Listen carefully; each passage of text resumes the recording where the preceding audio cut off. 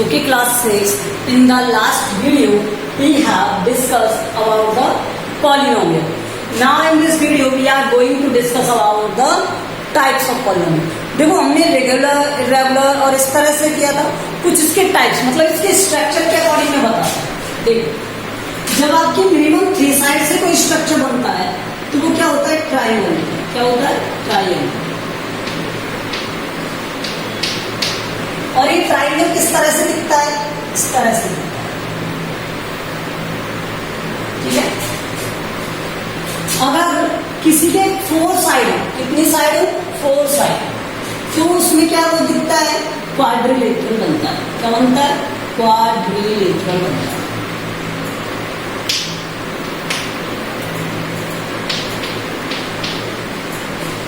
इस तरह से कुछ भी बना सकते हैं. फिर अगर किसी के 5 साइड हो तो वो क्या बनता है? पेंटागन. क्या बनता है? पेंटागन. यहाँ पे नंबर ऑफ साइड लिख रहा हूं, इसमें 3 है, इसमें 4 और यहाँ पर क्या है? 5. तो इसमें किस तरह से बनेगा? देखो पहले आप इस तरह से बनाना. ठीक है. फिर यहाँ पर एक पॉइंट लेना और उसे इस तरह से बनाना. ठीक है. फिर उसके बाद 4th हेक्सागन. हेक्सागन. अगर किसी के 6 साइड बन रही हो तो वो हेक्सागन होता है.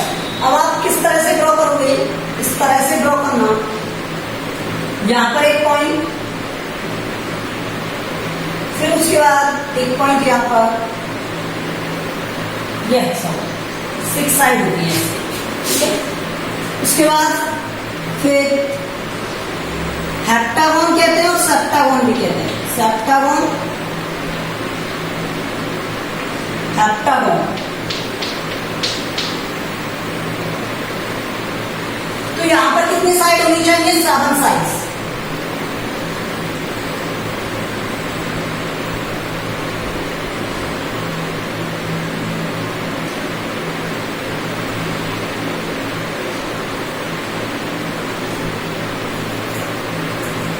वन 2 3 4 5 6. ये तो 6 हो गई. 7 किस तरह से हो जाएगी?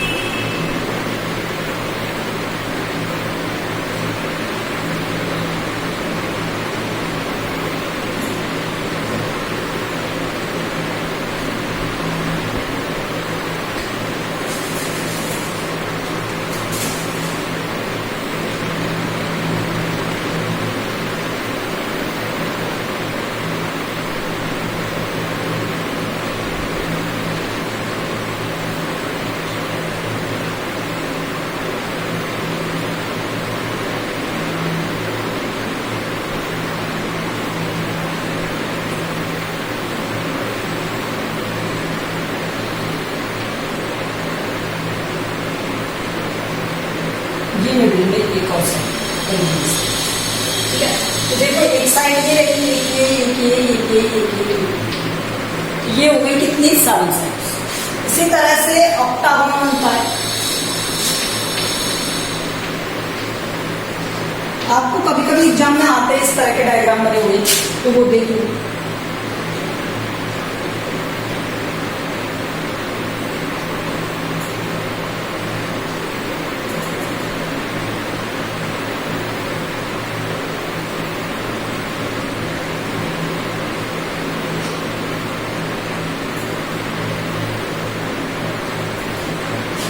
एट साइड्स होती हैं इसलिए ऑक्टागन.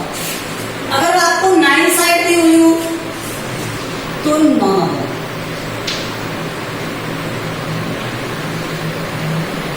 ठीक है. उसके डायग्राम में क्या होगा? ये 4 4 से तो होगा ही, इसमें एक साइड और ऐड हो जाएगी. तो ये किस तरह से हो जाएगा?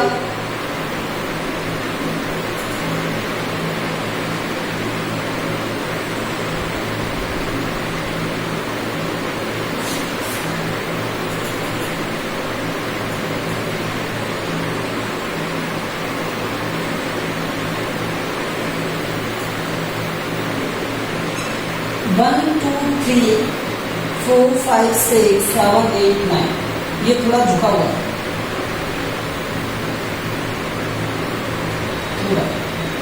इसके बाद तो ये 9 साइड्स हो गए। इसी तरह से डेकागोन होता है। तो ये कुछ स्ट्रक्चर है किसके, पॉलीगॉन के। अब उसके बाद देखो पॉलीगॉन के अबाउट, मैंने पॉलीगॉन स्टडी कर लिया। अब मैं आपको एंगल बताता हूँ, ठीक है, एंगल।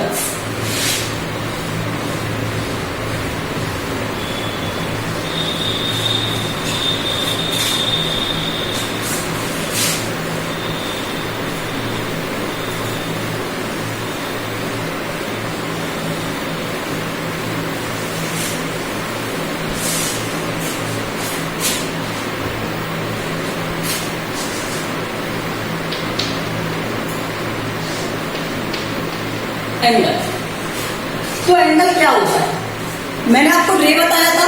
रे क्या है, एक ऐसी लाइन जो वन डायरेक्शन में जाती हो और उसका एक फिक्स्ड एंड पॉइंट होता है। इसी तरह से एंगल क्या है, it is a shape which is made by two rays, जो टू रेज से मिलकर के बनती हो वो क्या होता है, एंगल होता है। ठीक है, it is made bye two rays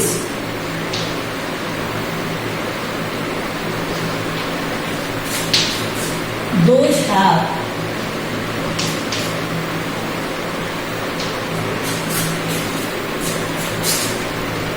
same end point, और इनका एक क्या होता है, सेम एंड पॉइंट होता है, एक ही क्या होता है, एंड पॉइंट होता है। अब देखो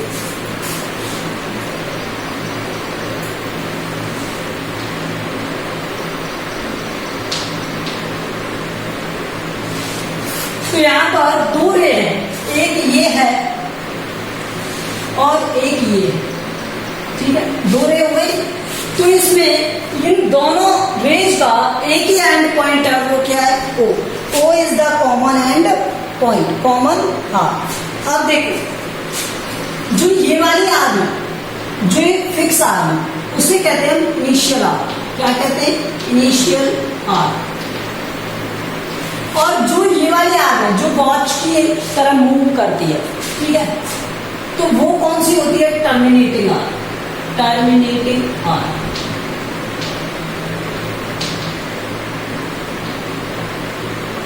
ओके, और ये एंगल, तो एंगल को रिप्रेजेंट कैसे करते हैं, इट इज रिप्रेजेंटेड, देखो इसके कई मेथड होते हैं रिप्रेजेंट करने के, वो आप सीखिए। रिप्रेजेंटेड बाय ये एंगल का साइन, इस तरह से एंगल का साइन लगाओगे। फिर हम एक आर्म से काम करते हैं, हमेशा इनिशियल वाली आर्म से काम किया जाता है। तो बी ओ ए, बी ओ ए, हमेशा ध्यान रखना जो ये पॉइंट है, जो इनका एक कॉमन एंड पॉइंट है, वो मिडिल में रहेगा, और ये दोनों इंटरचेंज भी हो सकते हैं। ठीक है, तो मैं बी ओ ए लिख सकता हूं या फिर ए ओ बी भी लिख सकता हूं। क्या लिख सकता हूं, ए ओ बी। क्या लिख सकता हूं, ए ओ बी भी लिख सकता हूं। ठीक है, और देखो और क्या लिख सकता हूं इसे, कभी कभी एंगल को इस तरह से भी रिप्रेजेंट कर दिया जाता है, जो इनका ये मिडिल सेक्शन है जहां पर ये कट हो रहे हैं, उस पॉइंट को भी ऑनली डिनोट किया जा सकता है। तो इस तरह से भी लिख सकते हो आप एंगल को। इसका मीन भी क्या है, ए ओ बी। और कुछ तरीके से लिख सकते हो, लिख सकते हैं। अगर मैं अंदर इसको मीन दे दूं, मान लो मैंने वन कह दिया इसे, तो मैं इसे कह सकता हूं क्या, एंगल वन। ये सबसे इजीएस्ट वे है इस तरह से डिनोट करना। एंगल को इस तरह से अगर आप डिनोट करोगे तो ये बहुत इजी वे में डिनोट हो जाता है। ठीक है, तो ये 4 मेथड है। एंगल के नेम किस तरह से लिखते हैं, B O A O B, angle O, angle one. Okay, आप देखो एंगल पे बाउंड्री रीजन क्या होता है, जो इनकी बाउंड्रीज पर होते हैं। इनिशियल रीजन क्या होगा, जो इसके अंदर की तरफ होगा, और एक्सटर्नल रीजन क्या होगा इसका, जो इसके बाहर की तरफ होगा। तो ये हमने लास्ट वीडियो में डिस्कस किया था। अब मैं इसके टाइप्स बता देता हूं आपको, types.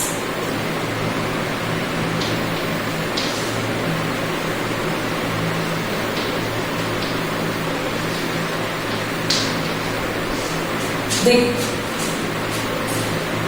Acute angle,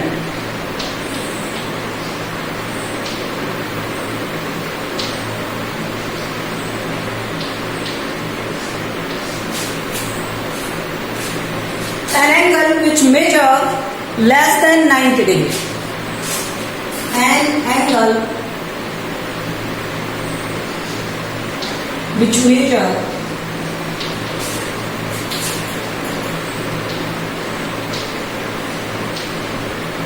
less than 90 degree.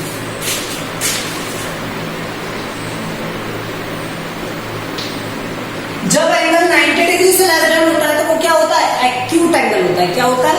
Acute angle. Always ध्यान रखना, अंदर की तरफ पार्ट को काउंट करते हैं, इनिशियल आर्म से टर्मिनेटिंग आर्म तक। तो देखो मान लो ये इनिशियल आर्म है और ये इसकी टर्मिनेटिंग आर्म है, तो इन दोनों के बीच में जो बनेगा एंगल वो, ठीक है, तो मैंने इसे ए ओ बी कह दिया। इसी तरह से आप दूसरा डायग्राम बना सकते हो, इधर की तरफ बना दिया मान लो मैंने ये, तो ऑलवेज उसी की तरफ बनाना है, ये और भी बड़ा होना है, ये ए ओ, कुछ और भी नहीं लिख सकते, कोई प्रॉब्लम नहीं। तो ये दोनों एंगल कैसे हैं? Acute angle. उसके बाद देखो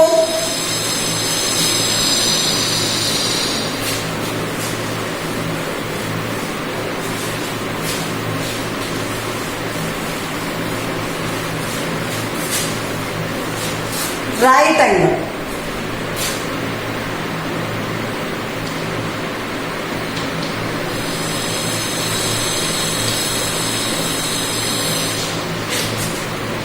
an angle which measures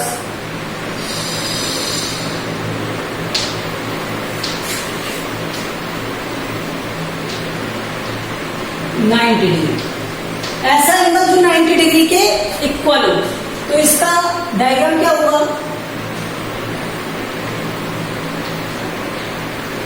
इस तरह से भी बन सकता है, इस तरह से भी बन सकता है और इस तरह से भी बन सकता है।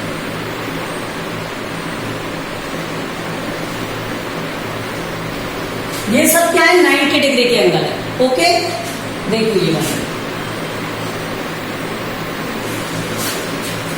उसके बाद obtuse angle,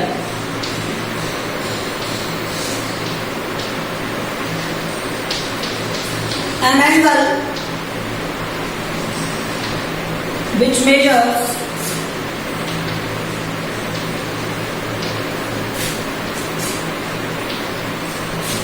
greater than 90 degree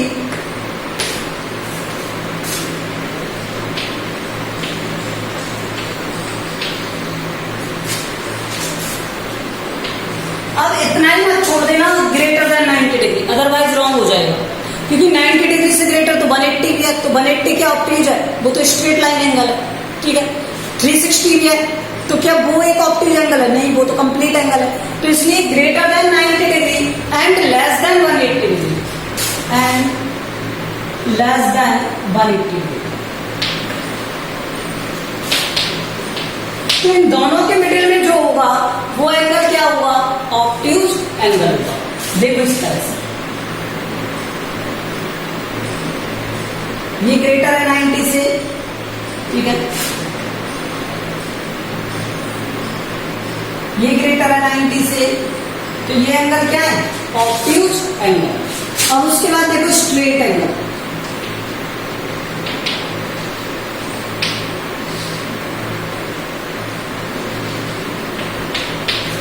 straight angle क्या होता है? एन एंगल विच मेजर, ये 90 है तो वो कितना होगा? 180 degree. An angle which major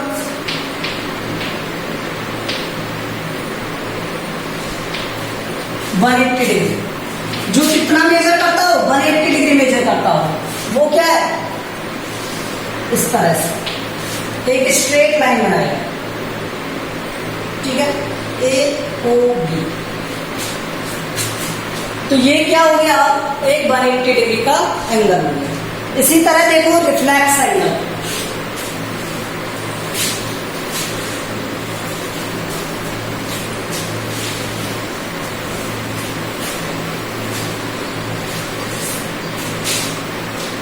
तो रिफ्लेक्स एंगल क्या होता है, इससे भी रेज करते हैं। रिफ्लेक्स एंगल देखो,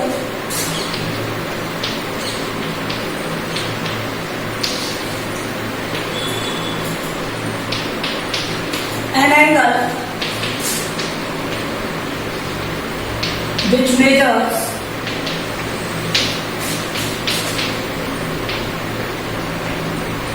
greater than 180 degree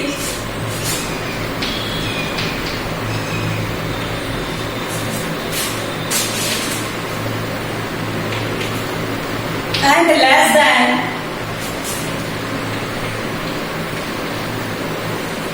360 डिग्री, और वो 360 से क्या हो smaller.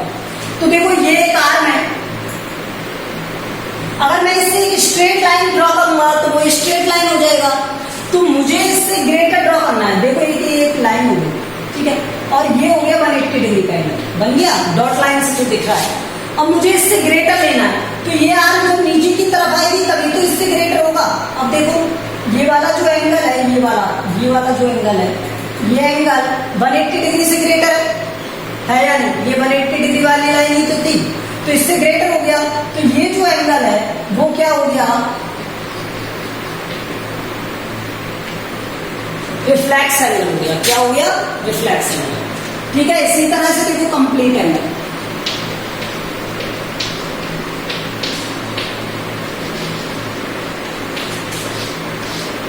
an angle which measures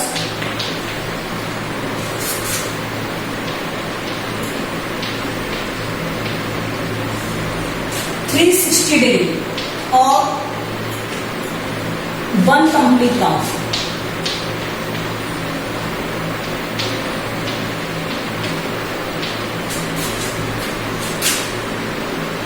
या फिर मैं क्या कह सकता हूं, इसे सर्किल भी कह सकता हूं। जो एक सर्किल बनाता हो, वन कंप्लीट राउंड कंप्लीट करता हो, या 360 डिग्री का मेजरमेंट रखता हो, वो क्या होगा, एक कंप्लीट एंगल होगा। देखिए यहां से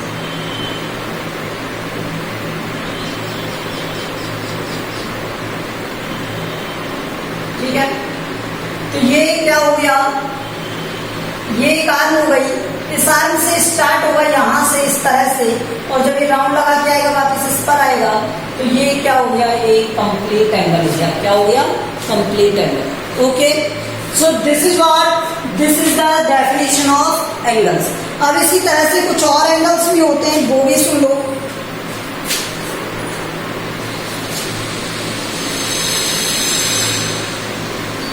अपोजिट एंगल,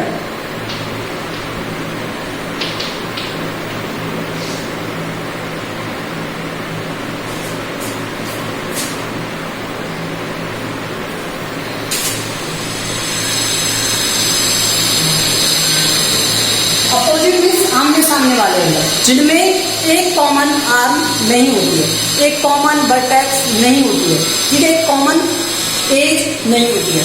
तो angles those have no common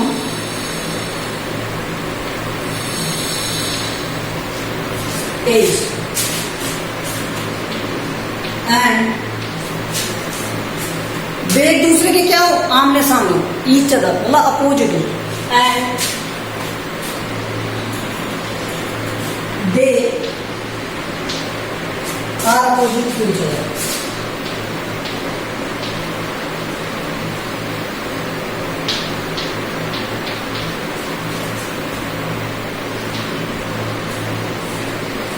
तो ये एंगल्स क्या हो जाएंगे, यहां से अपोजिट एंगल हो जाएंगे। जैसे मैं इसमें बना देता हूं ए बी सी और डी। तो देखो एंगल ए के अपोजिट कौन सा है, एंगल सी, आमने सामने। एंगल बी के अपोजिट कौन सा है, एंगल बी। तो देखो angle A and angle B, तो सी एंड एंगल सी, ये अपोजिट है। और angle B and angle D, angle B and angle D, ये। तो ये समझ में आया कि इनमें कॉमन आर्म है क्या, एंगल ए की कॉमन आर्म है क्या एंगल सी के के साथ नहीं है, तो एंगल ए और एंगल सी में क्या है, अपोजिट है, एंगल बी और एंगल डी अपोजिट है।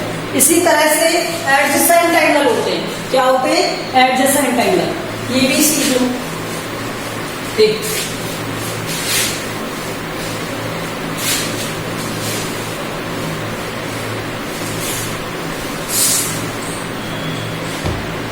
Adjacent angle,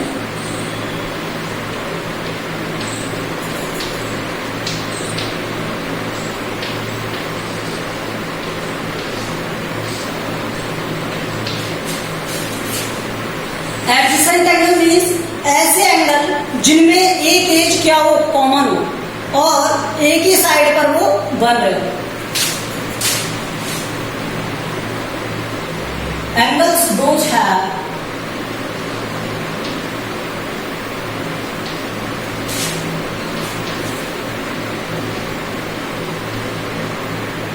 common side and both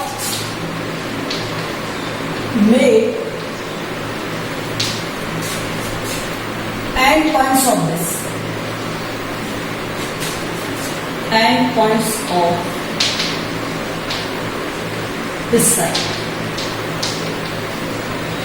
ऐसे एंगल जो एक कॉमन आर्म रखते हों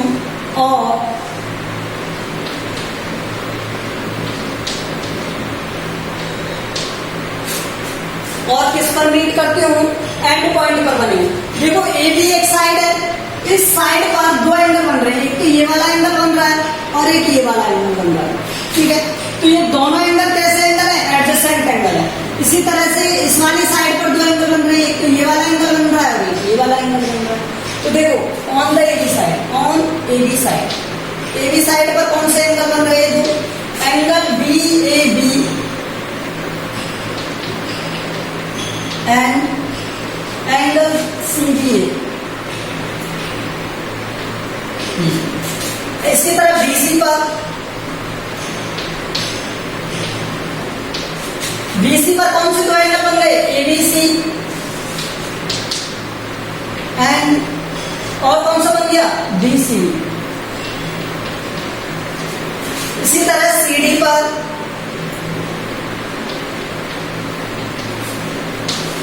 CD पर कौन से बन गए, BCD एंड DCB। AD पर, AD साइड पर कौन से बन गए, देखो BAD एंड और एक बन गया CDA। तो ये वो एंगल है जो एडजेसेंट है एक दूसरे के, ये इनके पेयर्स के फॉर्म में लिखे हुए हैं। तो कभी कभी क्वेश्चन आ जाता है, write the name of adjacent angle in pairs, तो उनके पेयर्स में इनके एंगल्स के नेम राइट करना। Okay, so I hope you understand the up to the angle. In the next video we will learn new something new. Thank you.